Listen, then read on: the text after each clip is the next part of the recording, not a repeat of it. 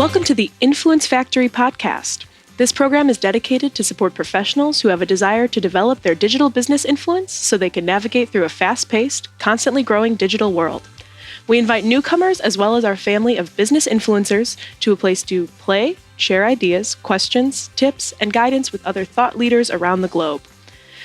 Sit back and enjoy our program with your host, Dean Delisle, as he interviews guests. News and commentary are provided by Jackson Delisle and Monica Hacker. Power Move lessons are provided by the Influencer Marketing Department at Social Jack. And production, editing, and distribution is provided by the Social Jack production team. All right. This week's influencer guest is none other than my friend, Ben Zoldan, co-founder of Storyleaders. And Storyleaders has a really impressive mission. They've worked with Salesforce, Oracle, HP Enterprise, and a whole number of accounts, and really helping companies build what they call an all-in culture. And they have me using that word now, like whenever I'm talking, are you all in? And so we're going to really learn about taking initiative and how people can work together to really build client loyalty, but also loyalty within the brand. So super cool, and I am so excited. So please give us Influence Factory welcome to Ben Zoldan. Ben, how you doing? Yo, Dean. What's up? All in. Welcome. What does that mean to you? All in. Welcome from California. Well, welcome from Chicago to California and back. How's that? All right, good. What does all in mean to you? Yeah, for me, it means that I'm committed.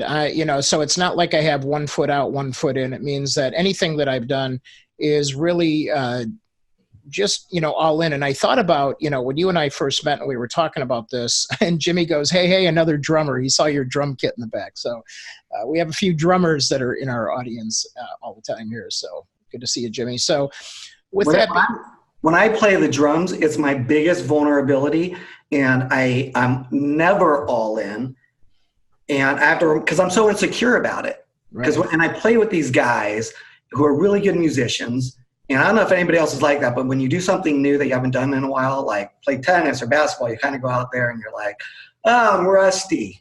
Just don't give me the ball," or I might not hit the ball back to you. Or if you're playing an instrument, that's how I am when I play the drums. And what I realize is I do that to lower the expectations so I'm not putting myself out there. So if I do suck, it's like I kept the bar low, right? But then I just realized that's my own insecurities, and I'm just thinking about me, and I have to remind myself, like, that to me is a metaphor for being all, like, not a metaphor, it's literal.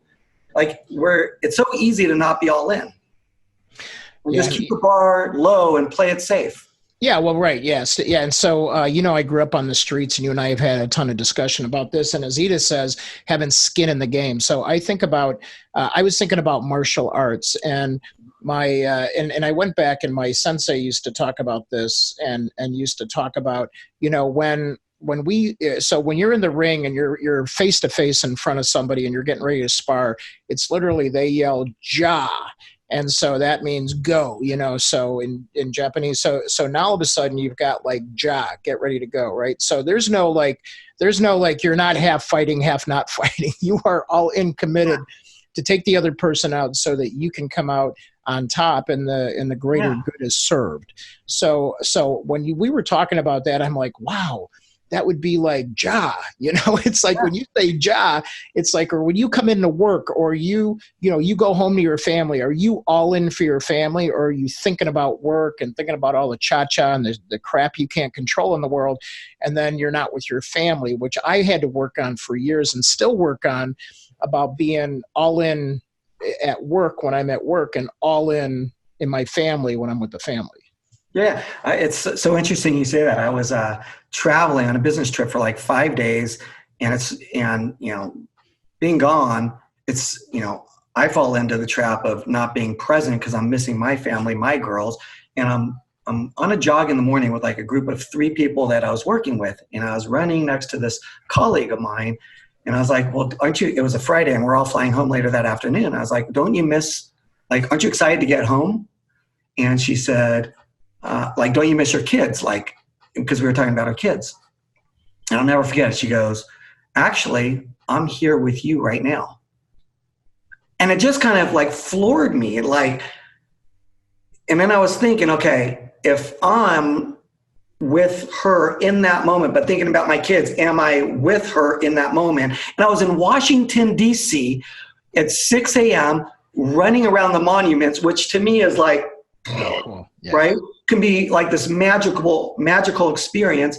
And if I'm not present in that moment, because I'm thinking about my kids, which we should be because they're my everything, but then I'll go home and I'm training my brain to not be present. I probably won't be present with them. I'm not all in.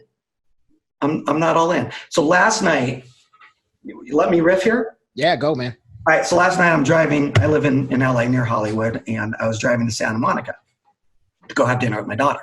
And it's about a 45-minute drive. And I'm listening on NPR to a really cool interview with this musician, this woman who like kind of indie. I don't even know her name, but really bitching. And then she was talking about her vulnerabilities. And she said, writing music is this really vulnerable thing to me, but this is what I love. And she goes, every time I write music, I'm thinking about like, what always comes up for me is my fear of rejection.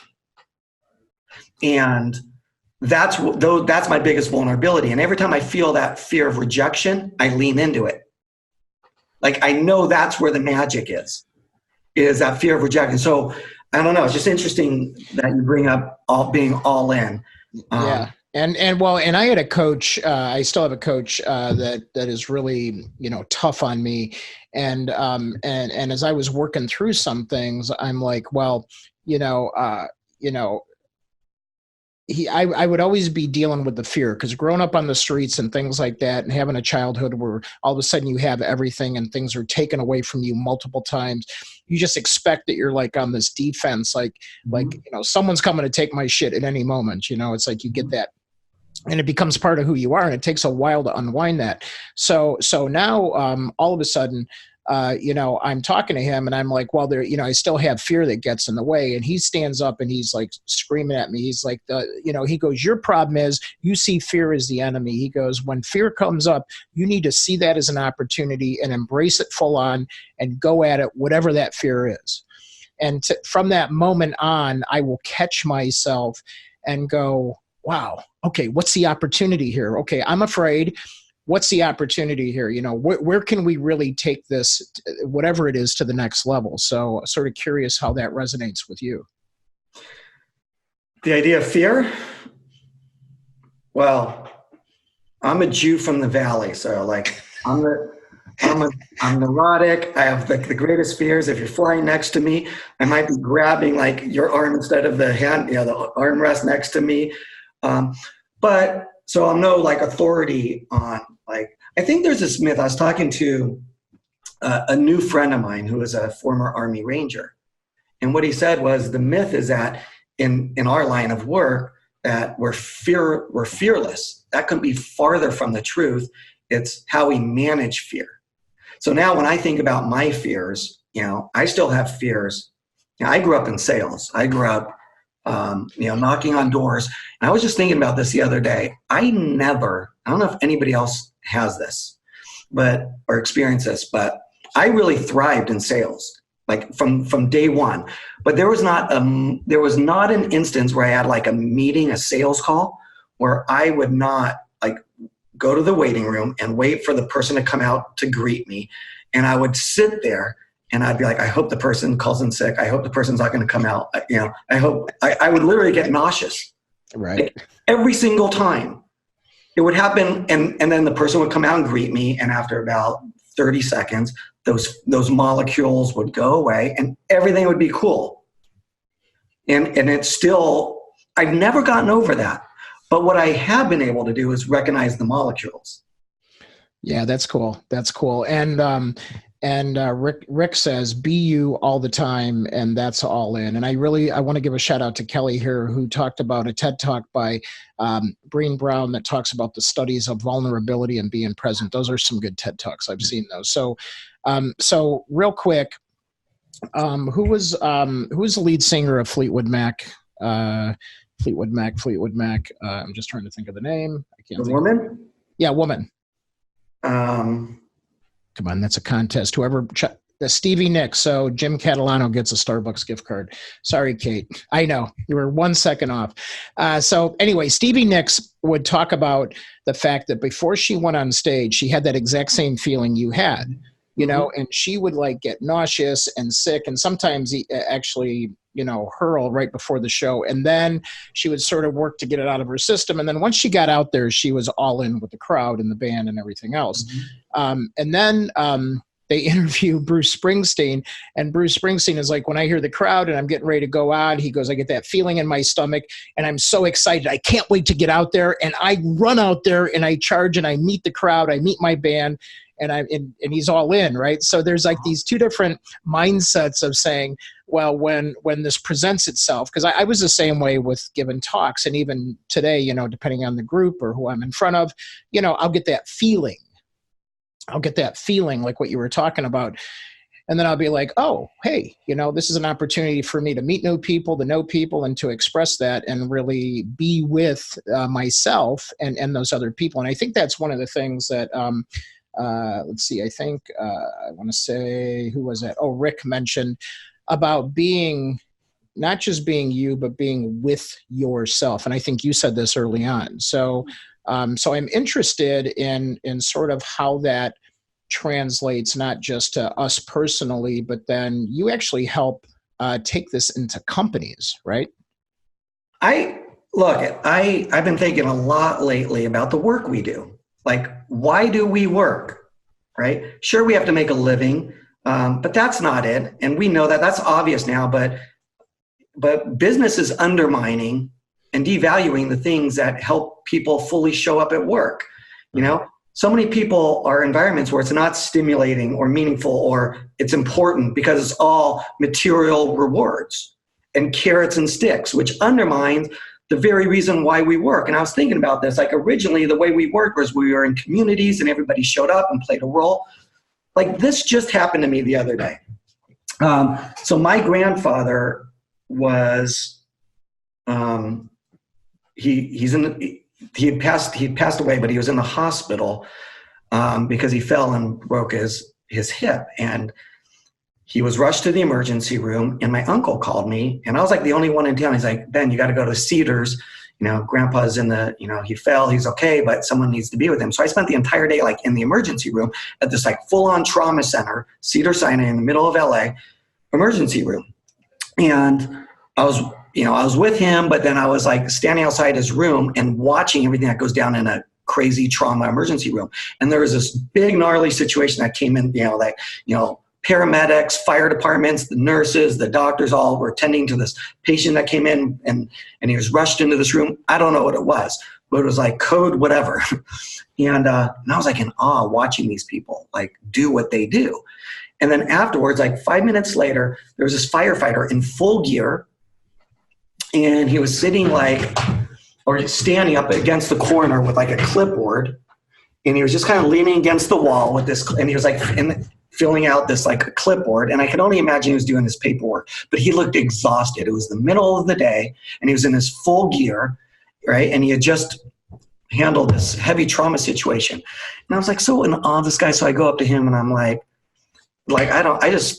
thank you. I don't know what I said, but it was a version of that. Like I was so in awe of this man. And he looked at me and he didn't even flinch, didn't change his body language. He was like tired, standing up against the wall. And he goes, hey man, I'm just doing my part. And like, I don't remember what I said, but I was like, whoo, it was like whoosh. And I was like thinking like there was a time where everybody was doing their part. And yet are the environments that we foster, like Homie was all in, like but why are certain people all in? Like I'm watching recently because it's the 50th anniversary of the Apollo missions. Right. And these documentaries are on CNN or PBS, and I was watching the series on PBS, and it is mind blowing how a group of people were all in with a mission and each other, and everybody on those teams showed up. Like people don't even know the teams that were assembled by, these 21-year-old mathematicians from the school that had nothing to do with NASA were identified to come help contribute to this thing over here. And like everybody was all in for the mission. And those people were not in it for material gains. Right. And they were not in it for the dough. And everybody 50 years later is reflecting on it and what it takes to be on a mission to go to the moon together. And then I'm thinking about the firefighter. And then I'm thinking about the work we do and the corporate environments we set up that are operating from this playbook that don't celebrate the most intrinsic things that like govern our souls, which is being stimulated, being part of something, working for something that's important. And then we wonder why people are not all in. It's these paradigms are stupid. They're 20, 30, 40, 50, 60, 80 years old. They come from the factory assembly line, carrots and sticks and monetary gain. And then we wonder why people are deprived of meaning and then they don't show up in our corporate lives and people don't fully show up. And I think it's like, I think what we're doing, I was thinking what the problem is. Why aren't we fully showing up? Why are people not like, I'm doing my part? You know how badass that is? And I don't know if what kind of people you have on that are listening. I love what I do. Right. Like I'm all in. I know that I love what I do. Like this is a labor of love because I suck at what I do. I signed up for something that I know, I'm like you. I grew up on the streets for the most part. Like I'm not on the streets, but I felt like I did. And I built up this armor and I built up this, this world where I thought you grow up and you put on the armor and you show up. Go to battle. Yeah. Go to battle. And it's this like caveman testosterone, caveman meat eating, like way of going through life. And the things that interest me the most are ways that I'm rewiring my life because when I get it right, the few times and I can share or do things with some, I wasn't all in life. I was on the fucking sideline. Right. I remember being 13 years old at the first dance I ever went to. And literally it was actually with my older brother and like these older kids. So they're probably like 15, a lot cooler than I was. I was sitting in the corner and on the very last song, I finally mustered up the courage to go ask this other 13-year-old girl to dance. And right when I do it at the very end, the lights go on and then the DJ or whatever goes, okay, that's it for the night. I missed. I was sitting on the sideline. Right. And anyways, I share all that because I think about what you said about being all in. Yeah. Yeah, no, it's interesting. When my dad had me in Hershey, Pennsylvania at the roller coaster, we were super young, and I'd never gone on a real big roller coaster before. And we're at the ride, and my dad's like, he's like, "Come on, let's go on this thing." And you hear the clickety clack, the big wooden roller coaster and stuff. And I'm like, I don't know. And then we're in line, and then I'm like, I really got upset. I really got scared, and I'm like, I really don't want to go. And then, he's like, okay, I'll support you either way. But you know what? Once you go, you're going to love it. And I go, I know, I just don't want to go. I don't want to do it now. We'll do it next time. So anyway, we're walking toward the exit. And I hear the people screaming and I hear everything else. And all of a sudden, I just hear people coming out of the exit of the roller coaster and they're just laughing. They're just laughing and just going, that was the best thing ever. And I had to be like, I don't know, 12. I could, I was short enough to get on the ride or whatever. And then I just turned around to him and I go, please, can we go? He goes, we just got out of line. Like the line's like wrapped up. He goes, I don't think you really want to go. And I begged him for like 20 minutes. And finally we went on, and then I was addicted to roller coasters ever since. So it's like the dance floor thing, right? It's like the minute you face that fear and you jump into that moment, and then all of a sudden you're like, wow, it creates a place where you can really find new fulfillment for yourself. And I think cultures within companies are the same way. When we all of a sudden decide that we're all working toward the same mission, we're mission driven, and now all of a sudden the job feels less like a job and more like a purpose driven sort of whole being. So we individually are doing our part, but we become this whole being together. Does that make sense? Yeah, so I'm pissed. Good. I love you when you're pissed. So, well, I'm talking to a good friend of mine who's probably the most inspiring leader I know. And we're just talking about the work we do. And then we're talking about corporate America. And, I get on my whole soapbox about, I just think, just even turning on the debates last night, like we're in short supply of leaders that really lead. What we have a lot of is people that grovel to and go to the lowest common denominator and sign up for these. Kissing up, don't even get me started. But we kiss up in corporate environments. Like we don't know how we're crushing the soul out of people's lives because we say one thing and do another. We sign up for things that are governed by this, carrot and stick mentality that's not intrinsic to the things that inspire us. And then we tell our people, like so-called leaders, tell people out there, go find your why, because that's like the hot thing. Go find your purpose. And like people, like we're in these systems that like good people in bad systems can do bad things. Like, and when I say bad things, worst case scenario, it's like this, what was the Stanford experiment back in the 50s that wanted to understand how could Nazi Germany happen? How could you get so many people to do such the most horrific thing in the world? And what they studied was you could put otherwise good people in a bad system and we could get people to do anything. Wow. And I think about these corporate environments. Wells Fargo, how do you get all your tellers, thousands of people to commit the same crime, the same fraud? And then it's okay, and it feels okay for them to do that.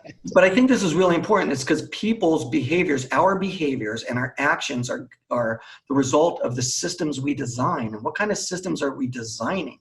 So if we take Wells Fargo, I remember the CEO is testifying in front of Congress. And they're basically like saying, how could you let this happen on your watch? And he says, I don't know. We fired 2,500 people. We identified the people that opened up all the fraudulent accounts and we fired them.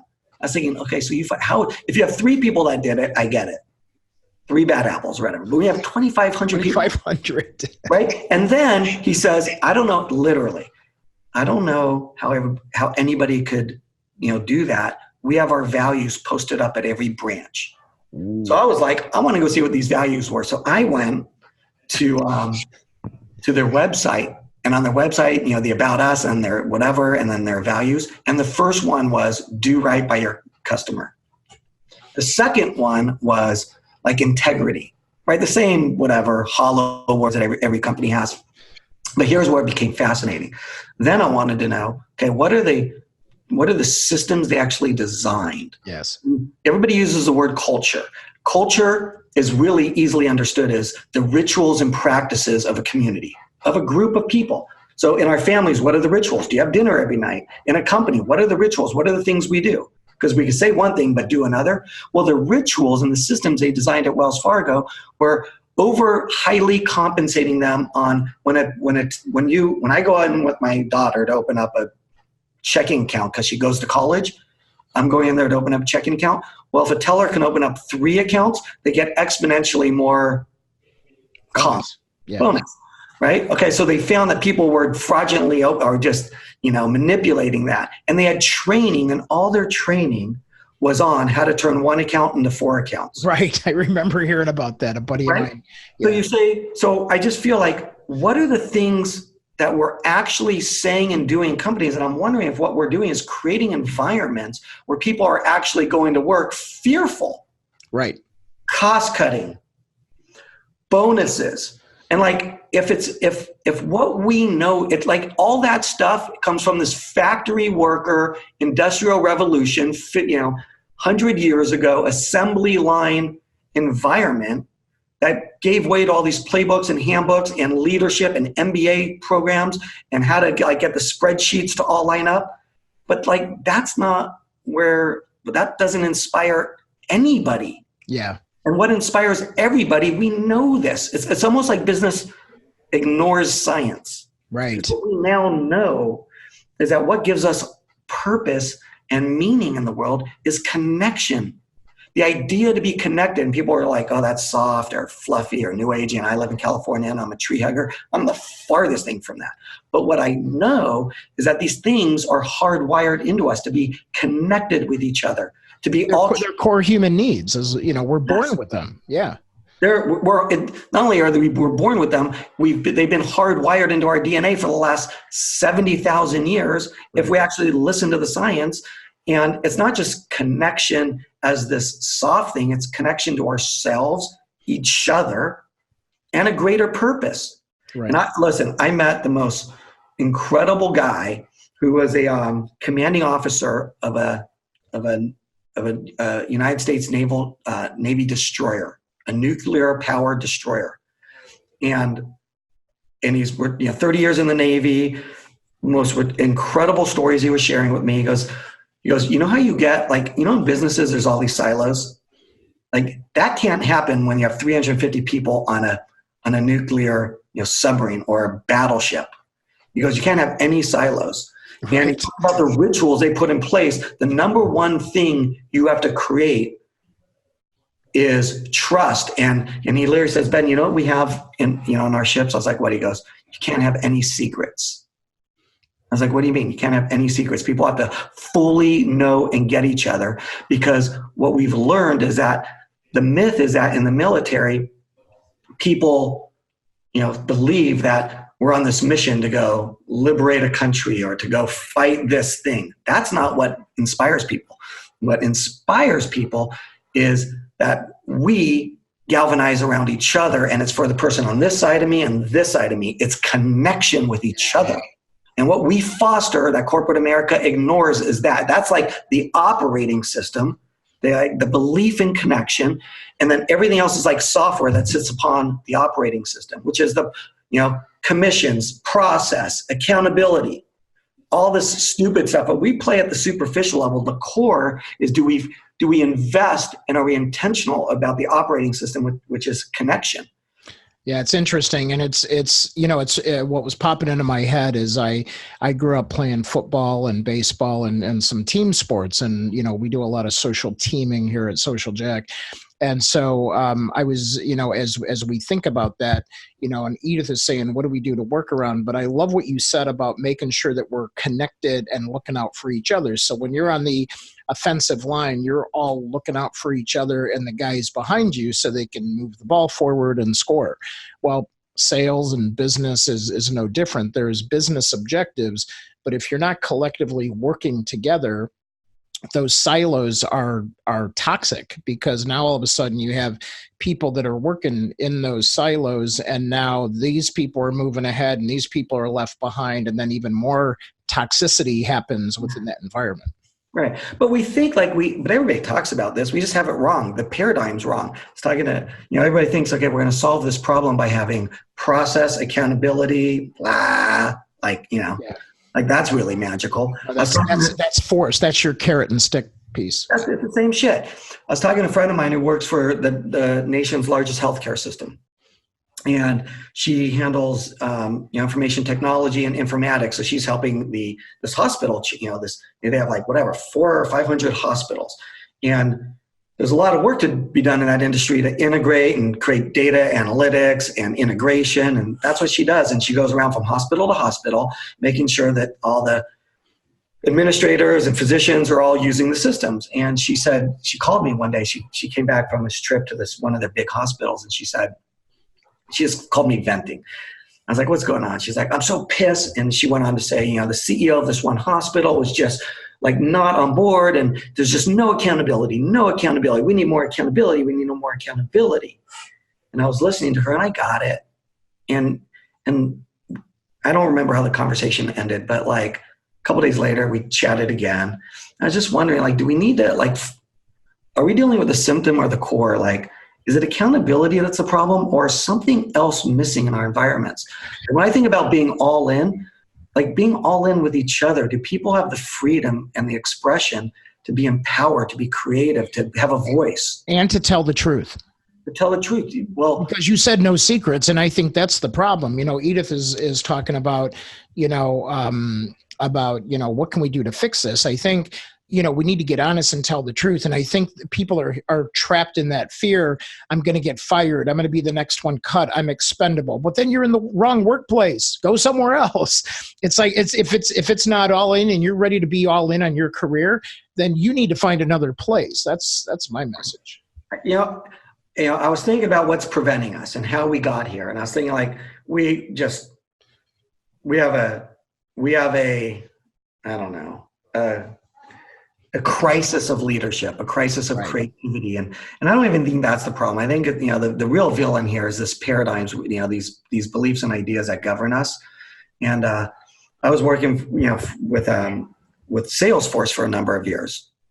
And I really dig that company. They have this, at the origins, the DNA of that company come from this really, I believe, altruistic at its core. I mean, they're a big company, so maybe it's not as exposed as it once was, but this really ohana, aloha, family, community spirit, storytelling, right? Authenticity. I believe it's there, like woven into the fabric. And I was working with this company, and one of the leaders brought me in to work with his team. And I started to get to know this guy, Frank. And I really got to know him and really love this guy, Frank.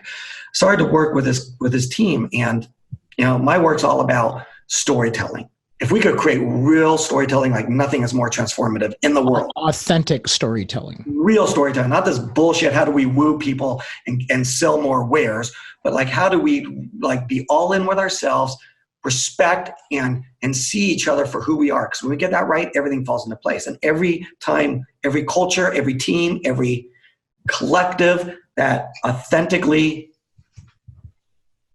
has storytelling as part of their DNA, everything else just works. So anyways, I'm working with this team, and this guy who works for Frank comes up to me. His name's Ryan. He's a little bit younger. And he goes, Ben, I don't think I can get into this with y'all. I'm like, why? He goes, I don't think I can share my story. I'm like, why? He goes, because of Frank. I'm like, why? He goes, well, yeah, Frank. And he starts to describe Frank, who I like, in his boss. And Frank's like this big guy, wears a coat. He looks the part, probably 6'3", And he starts to describe Frank as kind of like this real kind of hardcore boss. He's like, I'm just a number to this guy. He's always asking me for my forecast. He's just going off, right? And I don't want to placate him. I like Frank. I didn't want to say, well, listen, I get it. So I'm like, hey, man, I respect where you're coming from, Ryan. If there's any, let me know, whatever comes up. Because part of the work that I do with teams is we help everybody share their stories, like their real stories. Because if you learn how to share your own story, it uncorks people, right? Anyways, some days go by and I'm working with them, and I culminate an actual workshop that I do with everybody being able to share their stories with each other. Right. And at the end of this time I spent working with this guy Frank's team, Ryan, we have this big group. It's 30 of everybody that works for Frank. Ryan goes, hey guys, I have something to share with you all. I'm like, what's up? And he comes up, stands up in front of this group, and he goes, I want everybody here to know something. I'm looking at him, and he goes, I've always hated working for Frank. but nobody in that room's laughing, and he starts to just right. Frank's sitting in the corner. I was like this, and he goes, and he starts to go off. Frank, you're like a bully. He's like, Frank, look at you over there. You're always asking me for my forecast. First of all, where's your forecast? All right, he's going off. He's like, my wife was sick. Literally says, my wife was sick, and you're calling me for my forecast. And he's going off and off. And then he goes like this, and then his kind of shoulders drop, and his tone, just everything changes. And he goes, but I want you all to know something. Part of the last few days, I was alone with Frank, and I was forced, we were forced to share our stories, where we come from. And he goes, I want you all to know that I heard Frank's story. And he looks over at Frank, and in front of everybody goes, Frank, after hearing your story, brother, I love you, and I will run through walls for you. And he walks over and gives Frank a big ass hug, walks back over here, and he goes, I learned a really valuable lesson from that. And now everybody in the room is just kind of jaws dropped. He goes, part of my being locked up with Frank, maybe it wasn't on Frank. I never took the time to understand his story. Yeah. And what it reminds me of, and then by the way, Frank stands up and goes, I bet you all want to hear my story now. And he, in front of this entire group, shares a story about this traumas he went through growing up in foster homes and being moved around, and growing up in the East Coast. And even in the middle of the winter, he didn't even have a coat to wear. And he goes, so if any of you want to know why I'm locked up and I'm always holding on tight to the steering wheel, now you're informed, you know where I'm coming from.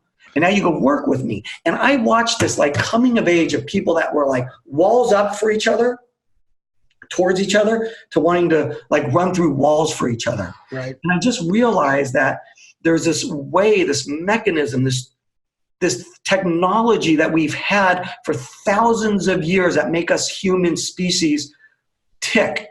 It's like the antidote to being scared, to not showing up, to judging each other, to putting up walls for each other. And there's this way that we could deeply connect, want to take off the shirts off our backs for each other. And I watched it happen within minutes. And I just think about how we knock that out of corporate culture for all the handbooks and playbooks, which are linear and superficial and just lame and insufficient. And Edith, I hope that helps your question.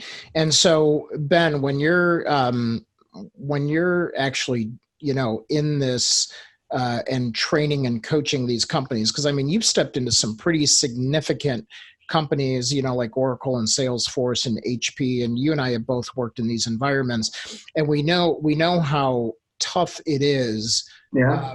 To actually open up this space of vulnerability. So when you go in, are you demanding that this happens from the top down, or do you get people to sign up for this program to help them move, their sales department forward and to become a better team together? Yeah. And then magic happens inside there. Because I could see a lot of people, if they knew what actually happened in there, would be a little resistant to being that vulnerable in that space. Yeah. So how does that work?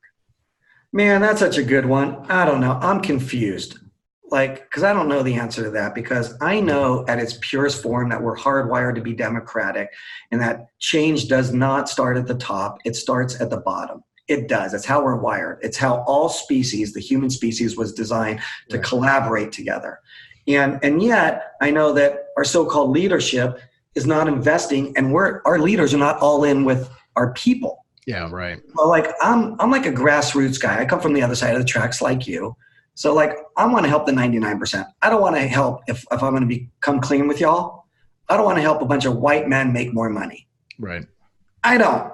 What I do care about is creating a world which is a little bit more connected, and people feel like their lives matter, and they show up at work and feel like they're part of something. I believe that everybody, it's a human right to feel connected to what we do for a living, and companies are not investing in that because leaders are not all in with their people. I had this conversation with you, so I don't know the answer to that. I have to believe in my soul that change doesn't have to start at the top, but I know our so-called leaders, we need to usher that, we need to vote these political leaders out. Yeah. And I think that the most inspiring people that I've seen in my adult lifetime were the kids from the Parkland shooting. Yeah.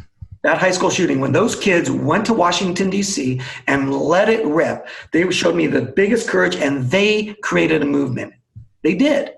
And that movement's going to take form, right? But it wasn't our people that we've elected. That said, one of the most inspiring leaders I know, I'm doing a series with, as you know, my dear friend, and he's a mentor to me. His name's Barry Sauerwein, ran sales for North America for Tableau. Everybody's talking about Tableau, and they just got, acquired by Salesforce, but there's so much more to that story. What made them so attractive? And I remember, 15 billion made it. Yeah. And it's not even about the $15 billion, because, it's kind of I spent a handful of years working with him. And I remember when we started this work, he said, this is a really interesting story. May I? Yeah, go for it.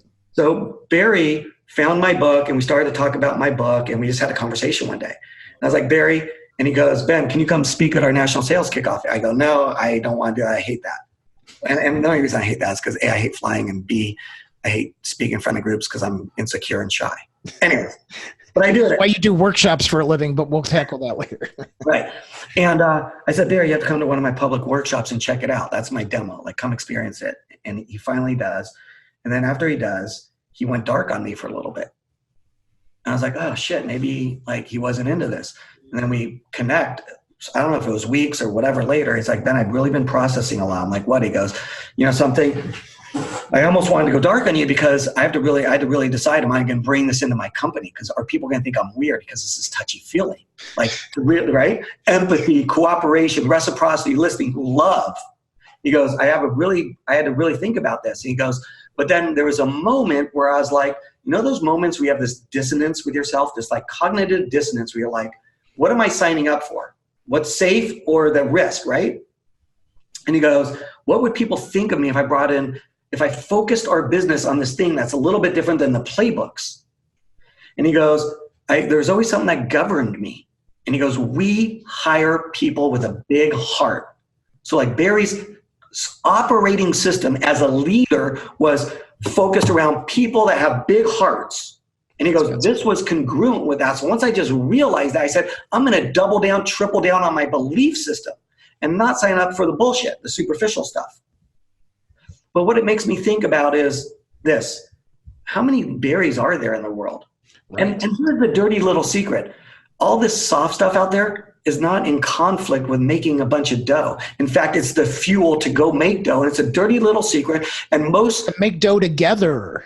Yeah, but like, what if that doesn't matter? Like, right. But I mean, just and then also build something together. How about that? I mean, we have a core. One of our core human needs out of the 6 is to contribute. Well, if we could feed the soul of everybody, you know, by having them open up like what you teach in the workshops and really feed their own soul, but then connect and feed the souls around them.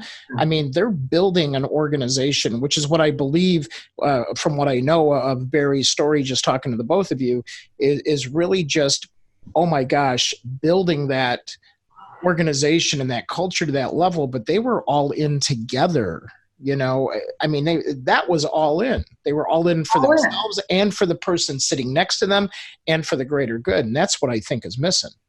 Yeah, and then fostered an environment where he said, I'm going to put into practice and design a system and culture and rituals and practices around being all in. And if I trust it, then it will just happen. If I build it, it will come. Dude, I just watched Field of Dreams on Sunday. I watched it again too. So check this out. So I lost my father last year, and that like movie gets to the heart of son-father relationship more than anything. But I love that movie, and I was so scared to watch it because I saw it, and I flipped it on, and I kind of cringed. I was by myself Sunday afternoon. I was like, this is going to make me weep, and I'm going to lose my shit because it'd be the first time after losing my father. Anyways, I watched it. But what was interesting was something else. I bawled through the entire thing. I turned it on with like 10 minutes into it, so I caught like virtually the entire movie. I was bawling like every scene along the way, like crying. You know that kind of cry where you're like embarrassed, like are people hearing me, like snotting and making noise, like weird noises. I'm fully bawling. I'm all by myself. But what I realized what was making me bawl was this, and this has to do with being all in.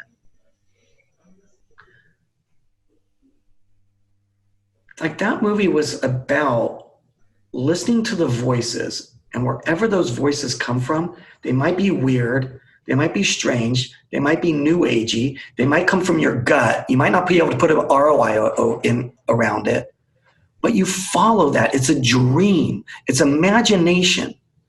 It's being human, and it's following a dream. And he goes out and builds that baseball field in the middle of Iowa, and he's losing his house. They're foreclosing on his house. He has a family, so nobody has to say, well, you know, whatever. He has no base salary. You know, he's losing his house. He has a young daughter. He's a young family, and he's doing everything against all odds because he's following his imagination. And that was making me cry because I was like, I know for me, I come spending probably the first half of my life not following my dream, my imagination. Right. And shoving that aside. And I know that for running me, from and not running toward. Yeah. And I'm like, life is short. What if I have half my life yet left? I want to go live and follow the dreams, the imaginations. And I want my daughters, more importantly, to see that and role model that so they could go explore life to its fullest, because it's like everybody's human rights. And if I could do that, hopefully like the most magical things just tend to happen. And then maybe like if other leaders who run these organizations can foster the environments and invest in their people to be all in, Like, this is why we tell stories, by the way. Yes, absolutely. Because stories are the vehicle to help spread our imagination. And it's what we did 7,000 years ago when we left Africa and migrated through the Middle East and started to spread and created these, these cultures and environments together. And we started to build political, social, city states and all these things and grow as a species. 70,000 years ago, you went to bet on the human. Right. The chimpanzee would have beat us out 100 out of 100 times. But what gave us the ability to work together in large numbers is the ability to empathize and have each other's backs. Right. But other species do that. Right. Right. It's the law of the jungle. Right? Yeah. Birds do that. So why don't birds rule the planet right now? Well, what we actually have too is the ability to imagine things, to take in things out of the world, to pick up using our sensory perception systems that don't come in, and we can formulate ideas that don't exist. That's what really separates us. Yeah. And I feel like businesses have undermined an awareness of that, and we're not fostering creativity, imagination, what it's like to be human. They're shoving it out of our school system when our kids, in the educational system, it's all about math, reading, science, and there's, when the budget cuts, what goes first? Arts, humanities. Yeah. And what we're doing is we're shoving aside what it means to be human. And the thing that really makes me mad is if we do that, what we're actually telling people is to not be all in. Right. Amen, brother. And with that, we're out of time. Can you believe that? Holy smokes, that went fast. So super quick while we bring Jackson and Monica back. So with that, the interesting thing is that not only do you have workshops, and those of you that want to find out more about Ben and his workshops at Storyleaders, his book is up there, storyleaders.com, but you're actually doing these all-in leadership roundtables, if you will, where leaders can get together and really strategize together of how they can be less fearful about being all in and getting their people all in. So I think the first one is kicking off in San Francisco, right, in a few weeks. Yeah, September 5th in San Francisco, invitation only. We're trying to keep these intimate conversations, and it's just to shine a light on how these businesses can think about doing business better, differently, and more all in. Yeah. And it's just a dialogue. If we can shine a light on that, I think it'll help people's lives. Yeah, right on. And we'll announce we have 3 winners this week. We'll announce in just a couple of minutes. So Monica, real quick, what did you take from Ben on this? I really appreciate your voice on how building a culture and building your team is important to success and growing your company. And I 100% agree. If your team and culture is not right on, then you're not going to have much growth in your company. Yeah. Yeah. And somebody mentioned about hard work and determination, which I think we're all willing to give as long as we're all in. But at some point, then it doesn't feel as hard work if we're all in together. That's what I got out of it too. And then Jackson, how about for you? I would say the fear that he talked about of being all in. I feel like that's a big thing that people just, go, oh, everyone, has fear, and they don't really think about like, well, what if we push past that fear? What if we, go all in? What if we follow that dream? What if we listen to those voices? What if we build the field? What if we just build the field and they'll come, just like in the movie? And I think the reason that resonates is just, it's been a recent, because I'll listen to podcasts and stuff on the side. And I heard one recently where they talked about something similar. Bill Hader on the Dax Shepard podcast had talked about anxiety. And he's like, I grew up with anxiety and it was really hard for me. And he never even dreamed of becoming an actor. And now, he's like one of the, like a huge comedic actor. He's been in like Trainwreck and all that stuff. And he talked about having that anxiety, like being on SNL. He got there as a writer. And then Lorne Michaels was like, hey, because he would always just be like, so tight and tense. And I'm probably not doing his story justice, but Lorne Michaels was like, hey, you're fine. You're funny. Breathe. You're here for a while. Like, I'm not getting rid of you. And he finally was like, be you. We pay you to be you. Be you. And he said he would have panic attacks and things like that. And finally, the thing that started to help him break through that fear was just the guy from The Big Lebowski, Jeff Bridges. Jeff Bridges came and just put his arm around him and was like, "Hey, man," he's like, "Anxiety is not your enemy. Quit pushing it away. Lean into it. It's your buddy. Put your arm around it." And he's like, he's like, and then it also coming from Jeff Bridges helps because it sounds like the dude is giving you advice. And, that's something that ever since I heard that podcast, that changed my perspective of every time I get on stage. And I'm like, because recently I've just been doing improv, so it's all on the spot. And I'll get up there and I'll be like, shit, and it's basically like, what's next, and you have to come up with it. And that's that anxiety, that's that fear. But when I'm all in, that's when people notice. When you're all in, when you go all in, you commit, you just 100% abandon fear. Not necessarily abandon it, but like Jeff Bridges said, put your arm around it and lean into it, just go for it. And and I think that applies everywhere. Just like you said, build the field and they will come. We didn't even get a chance to talk about it, but this your customers feel it, your people feel it, vendors and partners feel it, like your family feels it, when we all can get to that. So, Ben, thank you so much again. Real quick, before we let you go, we have 3 winners today. I got them. Jim Catalano, Jessica Phillips, and Cecilia Rollo.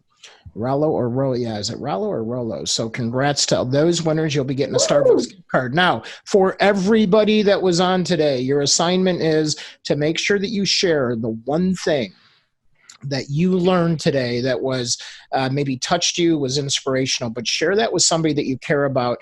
And please make sure that you really, really, really, somebody you care about, you share that of what it meant to you, what you learned from Ben today, what you heard today that really inspired you, and help somebody else out. That's our mission here, is to pass it, pay it forward one person at a time. So when you have that cup of coffee, maybe you're sitting around the dinner table tonight, whatever it is, please share what you learned today. And Ben, I just want to thank you so much for inspiring us, being vulnerable, telling your story, and really going. We could have done this for 3 hours, I think.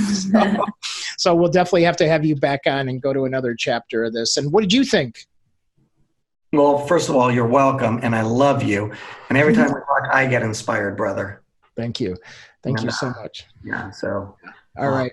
So with that being said, we'll see you all in the next episode. We have David Fisher on for the next episode, and he's going to really talk about really humanizing the environment around you and making it so it's better to not just think about all social media, but maybe social media and humans and digital technology can all work together. So please don't miss that episode next week. And Jackson, have a good vacation.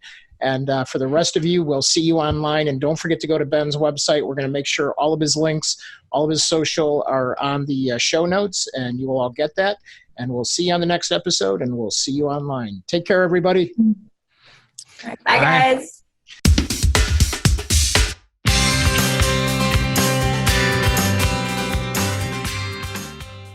Thank you for listening to the Influence Factory podcast. We welcome feedback and suggestions. You can provide these by visiting our website at www.myinfluencefactory.com.